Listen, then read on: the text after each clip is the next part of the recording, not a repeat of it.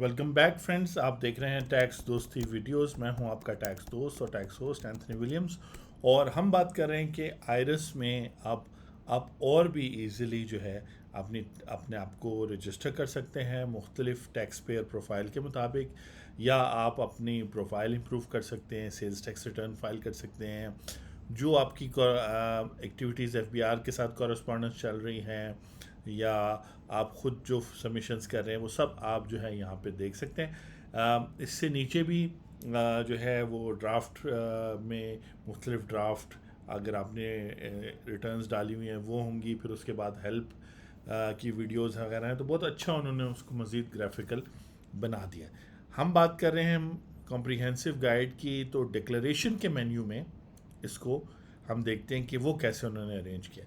तो सबसे पहले जो है डिक्लेरेशन में रिटर्न्स एंड स्टेटमेंट्स, इसका मतलब है कि कुछ चीज़ें टैक्स रिटर्न्स होती हैं और कुछ टैक्स स्टेटमेंट्स होती हैं। उसमें ओरिजिनल और सिंप्लीफाइड भी हैं, और ओरिजिनल के नाम से भी। दोनों में फ़र्क ये है कि इस वक्त जो आप देख रहे हैं वो नॉर्मल रिटर्न है, और उसके साथ विजिट का वर्ड भी ऐड हुआ हुआ है, टैक्स ईयर 2023 के लिए है। विजिट का मतलब ये है कि जब आप इसको क्लिक करेंगे तो ये आपको एक स्क्रीन ओपन होगी जिसमें बेसिकली आपसे क्वेश्चन पूछे जाएंगे कि आपकी सोर्सेज ऑफ इनकम क्या है, आपके एक्सपेंसेस क्या है, और बेसिकली एक ग्राफिकली जो है, बजाय कि आपको एक फॉर्म दिखाया जाए जिसमें कॉलम्स और डेटा डालना होता है, बेसिकली वो आपको डिफरेंट ऑप्शंस दिखाएगा। और ये कुछ सालों से जो है यहाँ पे अवेलेबल है। इस पे हमने अभी तक वीडियो नहीं बनाई, लेकिन मेरा ख्याल है कि इस पे वीडियो बनाएंगे ताकि टैक्स लॉ के मुताबिक इसको आपने कैसे फिल करना है इस पे बात कर सकें। यहाँ आपके पास क्या मौजूद है, नॉर्मल टैक्स रिटर्न मौजूद है जिसमें सारे हेड्स ऑफ अकाउंट होंगे सवाए बिजनेस के। इसी तरह ये जो है ये सैलरीड रिटर्न ओपन हो जाएगी इंडिविजुअल की, और टैक्स ईयर 2023 के लिए, और विजिट व्यू में ओपन होगी, यानी फॉर्म ओपन नहीं होगा, क्वेश्चन होगा आपको, डायरेक्ट आपसे पूछा जाएगा आपकी सैलरी क्या है, फिर और चीज़ें आपसे पूछी जाएंगी। ये जो फॉर्म है ये टैक्स ईयर 2021 के लिए है, ये नॉर्मल टैक्स ईयर 2021 के लिए है, ये सैलरी जो है 2022 के लिए है, और ये नॉर्मल टैक्स रिटर्न उसी स्टाइल में एक्सक्लूडिंग बिजनेस 2022 के। बिजनेस को इसलिए एक्सक्लूड कर लिया उन्होंने कि, और पहले से एक्सक्लूडेड था, कि उसमें काफ़ी सारे हम वीडियो सीरीज़ भी कर रहे हैं how to file your business tax return. तो इस हवाले से जो है उन्होंने अच्छा किया। विजिट में सैलरी की, capital gain, income from property वगैरह, ये इसमें थोड़ी सी फिगर्स डालनी होती हैं, तो ये टैक्स पेयर खुद भी कर सकता है या टैक्स कंसल्टेंट भी आसानी से फिल कर सकता है। तो ये थी सिंप्लीफाइड। अब हम आते हैं जो जिससे नॉर्मली आपको आदत है, और यहाँ पे अब आप इसमें कहेंगे कि इसमें स्टेटमेंट्स और रिटर्न्स कौन सी हैं, तो वो सारी देखते हैं। प्रीवियस में तो हमें सारी रिटर्न्स ही नज़र आ रही थी, उसमें कोई स्टेटमेंट नहीं थी, लेकिन उन्होंने चले उसको वो कहते हैं ना कि बराबर करने के लिए, तो रिटर्न्स एंड स्टेटमेंट्स ओरिजिनल, ये जो है क्लासिक व्यू, इसका मतलब ये है कि आपके सैलरी रिटर्न ओपन हो जाएगी जिन लोगों की टोटल टैक्सेबल इनकम का 75% या उससे ज़्यादा सैलरी, यानी मेनली उनकी सोर्स ऑफ इनकम सैलरी है, वो सैलरी रिटर्न फाइल करेंगे। इसी तरह नॉर्मल रिटर्न वो लोग फाइल करेंगे, इसके अंदर सारे हेड्स ऑफ इनकम होते हैं, और ये इंडिविजुअल, एओपी, कंपनी, तीनों के लिए जो जो डेटा डालना है इस रिटर्न में मौजूद होता है। अब इसी रिटर्न से कंफ्यूज होकर ट्रेडर्स, सर्विस प्रोवाइडर्स, बिल्डर्स और नॉन रेजिडेंट ऐसे लोग जो पाकिस्तान में लिमिटेड काम करते हैं, जैसे उनके सिर्फ एरोप्लेन आता जाता है या कार्गो आते हैं, उनके लिए ये है, और वेल्थ स्टेटमेंट। तो सबसे पहले जो रिटर्न है सिंप्लीफाइड रिटर्न फॉर मैन्युफैक्चरर्स। अब इसका कानून भी है, इसके रूल्स भी हैं, तो उसको देखने के बाद आप सर्टन मैन्युफैक्चरर्स की नॉर्मल रिटर्न नहीं फाइल करेंगे, बल्कि उनकी ये वाली रिटर्न फाइल होगी जिसमें सिंपल एक्सपेंसेस और स्टॉक का होगा, और ज़्यादा डिटेल नहीं, डेप्रिसिएशन, अमोर्टाइजेशन, इस तरह की चीज़ें नहीं जैसे नॉर्मल टैक्स में होता है। इसी तरह ट्रेडर्स के लिए अब मैन्युफैक्चरर और ट्रेडर में जो भी फ़र्क है वो इनकम टैक्स लॉ में मौजूद है। यहाँ उन्होंने सेक्शंस का हवाला तो नहीं दिया, लेकिन फिर भी ज़रूरी है कि सिंप्लीफाइड रिटर्न फॉर ट्रेडर्स आप जो है शेड्यूल्स में दिया हुआ है ट्रेडर्स के लिए, बेसिकली सेक्शन 99 ABCD और 100 अगर आप देखें तो वो इस काम के लिए फिक्स्ड है इनकम टैक्स ऑर्डिनेंस 2001 में, कि अगर नॉर्मल रिटर्न और सैलरी रिटर्न के अलावा कोई रिटर्न फाइल करनी है तो वहाँ पे लिखा होता है कि किसने करनी है, तो वहाँ से आपको ये गाइडेंस मिलेगी। वो लोग जिनकी सारी की सारी इनकम ऐसी है जिस पर टैक्स डिडक्ट हो गया है, जैसे बैंक प्रॉफिट, नेशनल सेविंग वगैरह, वो ये रिटर्न फाइल करेंगे बशर्ते उनकी कोई capital gain, salary, business income हो। अच्छा, हमने बात किया था कि जो लोग पाकिस्तान छोड़ के जा रहे हैं उनका इनकम्प्लीट ईयर है, तो उनकी रिटर्न कैसे फाइल होगी, तो यहाँ पे पहले से भी मौजूद थी, लेकिन चूंकि अब ये मेन्यू उन्होंने क्लियर कर दिया है, उसको बहुत अच्छे तरीके से सेपरेट हेडिंग्स और मेन्यूज बना दिए, तो यहाँ वो रिटर्न जो पाकिस्तान छोड़ के जा रहा है उसको टैक्स क्लियरेंस सर्टिफिकेट तब मिलेगा जब वो ये रिटर्न फिल करेगा इनकम्प्लीट, या ऐसे बिजनेसेस जो टैक्स ईयर नॉर्मल से स्पेशल या स्पेशल से नॉर्मल आ रहे हैं वो करेंगे, या आपकी स्टैंडर्ड रेजिडेंट लोगों के लिए वेल्थ स्टेटमेंट, ऐसे नॉन रेजिडेंट लोग जिन्होंने सिर्फ फाइलर बनना है, उनकी कोई पाकिस्तान सोर्स इनकम नहीं है, वो ये रिटर्न फाइल करेंगे।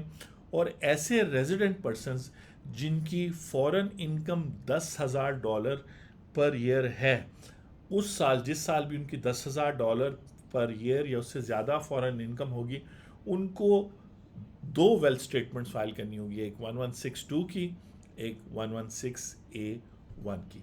तो इस तरीके से जो है क्या कहते हैं, आप ये रिटर्न्स जो है ना आपकी प्रॉपरली आप अकाउंट फॉर कर सकेंगे। और इस वेल्थ स्टेटमेंट में और इसमें लिंक भी है, यहाँ पे एसेट्स हेल्ड आउटसाइड पाकिस्तान की एक्सप्लेनेशन यहाँ पर आएगी और ये दोनों फिगर्स आपस में रिकनसाइल्ड होंगी, जिसको हम टैली कहते हैं।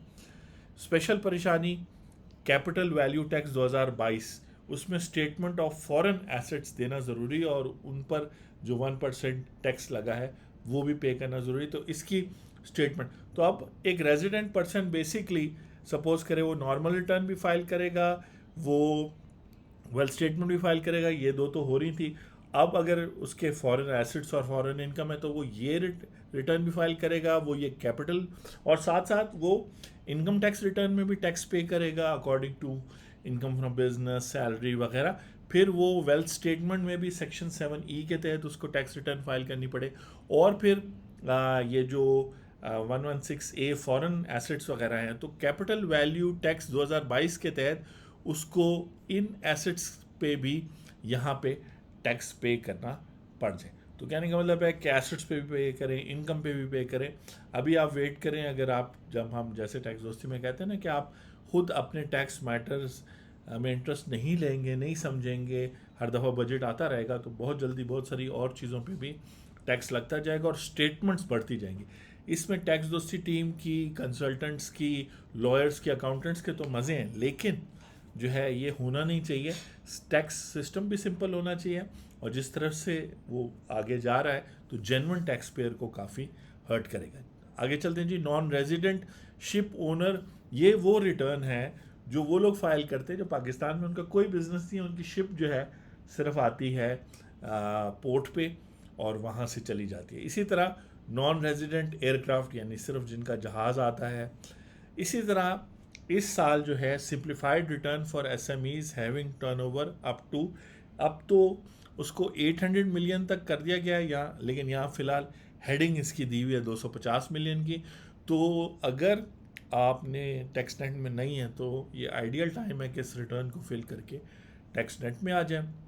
इसी तरह sales tax and federal excise return जो है फाइल्ड वॉलंटरली, यानी सेल्स टैक्स रिटर्न जो है आप सेक्शन 26(1) के तहत यहाँ पर आकर फाइल करेंगे। ठीक है जी, बीच में थोड़ी सी डिस्टेंस। और इसी तरह नल सेल्स टैक्स रिटर्न अगर आपने फाइल करनी है तो फिर आप यहाँ आएंगे और क्लिक करेंगे। ये बात हो रही है फेडरल गवर्नमेंट की, यानी कि सेल्स टैक्स एक्ट 1990 की। ठीक है जी, अभी ये सेक्शन ख़त्म नहीं हुआ क्योंकि आप देखें ओरिजिनल तो आप फाइल कर लेते हैं, जब आपको रिवाइज़ करने की ज़रूरत पड़ती है तो उसके अंदर आपको ऑप्शन दिया होता है नॉर्मल रिटर्न रिवाइज़ करनी है, सैलरी रिटर्न रिवाइज़ करनी है। अब यहाँ ये 50% नहीं होना चाहिए, यहाँ 75% होना चाहिए। इसी तरह इनकम्प्लीट में भी आप कोई गलती या कुछ छोड़ सकते हैं तो रिवाइज़ कर सकते हैं। मैन्युफैक्चरर्स अपनी रिटर्न फाइल रिवाइज़ कर सकते हैं, ट्रेडर्स कर सकते हैं जिन्होंने फाइनल टैक्सेशन के तहत फाइल की थी ओरिजिनल रिटर्न, वो रिवाइज़ कर सकते हैं।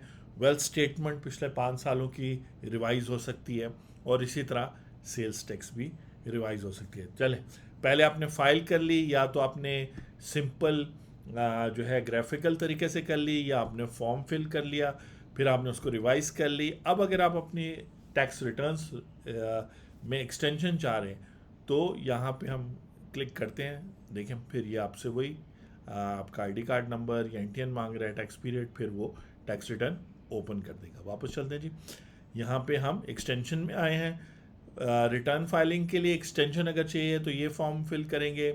स्टेटमेंट ऑफ फाइनल टैक्सेशन के लिए अगर एक्सटेंशन चाहिए ये फॉर्म फिल करेंगे। वेल्थ स्टेटमेंट में, लेकिन याद रखें आईरस में अगर आप रेजिडेंट है तो वेल्थ स्टेटमेंट इनकम टैक्स के साथ ही है, और वो जो है उसकी अलग से एक्सटेंशन नहीं मिल सकती। फिर आपको इनकम टैक्स रिटर्न और वेल्थ दोनों के लिए एक्सटेंशन लेनी है, क्योंकि वेल्थ फाइल करना ज़रूरी है, वरना इनकम टैक्स रिटर्न फाइल नहीं होती है। और for filing of return further extension, ये इंटरेस्टिंग चीज़ है, उन्होंने अब आपको एक एक्सटेंशन आप लेते थे और ऑप्शन नहीं था, फर्दर एक्सटेंशन का ऑप्शन भी आ गया। For filing of sales tax return, ठीक है जी, अगर एक्सटेंशन लेनी है सेल्स टैक्स रिटर्न 15 को या 18 को फाइल करनी है और वो नहीं हो रही। इसी तरह condonation for extension of revision of sales tax, इसका मतलब है कि आपने अगर एक्सटेंशन नहीं ली थी और आप लेट हो गए 5 दिन 10 दिन, तो आप कंडोनेशन यानी कि आप टैक्स वालों से रिक्वेस्ट करेंगे कि जी मुझे कंसिडर किया जाए कि मैं टाइम पर फाइल किया, क्योंकि अब ऑटोमेटिक सिस्टम है तो वो कर सकते हैं। आते हैं जी रिवीजन एक्सटेंशन एप्लीकेशन में, और रिवीजन एप्लीकेशन में क्या फ़र्क है, और ये यहाँ पे भी रिवीजन है। देखते हैं जी, return for income for complete year अगर रिवाइज करना हो तो यहाँ पे return of income for incomplete year revise करना हो तो यहाँ पे उन्होंने दिया। डेफिनेटली लॉ और रूल्स में ये सब चीज़ें हैं जो अब सॉफ्टवेयर में भी अच्छे तरीके से इनकॉर्पोरेट हुई। तो आप रिवाइज अगर आपने करना है तो आप इस सेक्शन में आके नॉर्मल रिटर्न को कर सकते हैं, सैलरीड को, इनकम्प्लीट को, लेकिन यहाँ उन्होंने रिवीजन में दी है return for income for complete year और return of income for incomplete year. तो ये भी उन्होंने ऑप्शंस दे दिए। वो जो भी रूल्स रेगुलेशन दिए, जैसे टैक्स क्लियरेंस सर्टिफिकेट के लिए ये चाहिए या किसी और सिनेरियो में ये शायद एप्लीकेबल हो, तो ये फॉर्म आप देखेंगे। इसलिए परेशान इस तरह नहीं होना है, क्योंकि अगर लॉ को देख रहे हैं और आप ये सब चीज़ें कर रहे हैं साथ साथ, तो आपके लिए कोई मुश्किल नहीं होनी चाहिए। इसी तरह application to revise sales tax return, आप सेल्स टैक्स रिटर्न को भी रिवाइज कर सकते हैं। यहाँ पर कितने ऑप्शंस थे, जितने भी ऑप्शंस थे हमने देख लिए। ठीक है जी, तो अब आपसे नेक्स्ट वीडियो में मुलाकात होगी। ये वीडियोस जो है प्लेलिस्ट की सूरत में ऑर्गेनाइज्ड हैं, तो अगर आपको अभी ये 3-4 वीडियोस फिलहाल लगी हैं तो परेशान ना हो, विद इन फ्यू डेज़ ही आपको ईच एंड एवरी मेन्यू की वीडियो भी लग जाएगी, और आप इसको फिर उस प्लेलिस्ट पे देख भी सकेंगे। प्लेलिस्ट का नाम होगा आयरस 2.0, और टैक्स दोस्ती यूट्यूब चैनल पे आप मेन पेज पे अगर आप आएंगे टैक्स दोस्ती के यूट्यूब चैनल, तो प्लेलिस्ट में जाके आप ये देख सकेंगे लेटेस्ट प्लेलिस्ट, जो आयरस 2.0 से रिलेटेड जितनी भी वीडियोस अब हम बनाएंगे फ्यूचर में भी, वो भी हम यहाँ ऐड करते जाएंगे। आप अपने क्वेश्चंस जो है कमेंट्स में देते जाएं, ताकि जब हम एसेट डिक्लेरेशन या रेक्टिफिकेशन या अपील या रिफंड या डीएनएफ बीपी कोई भी हम सेक्शन करें, कोई भी मेन्यू करें जो मेन मेन्यू है, तो उसमें आपके क्वेश्चंस को भी हम इनकॉर्पोरेट करें। थैंक यू जी, शुक्रिया।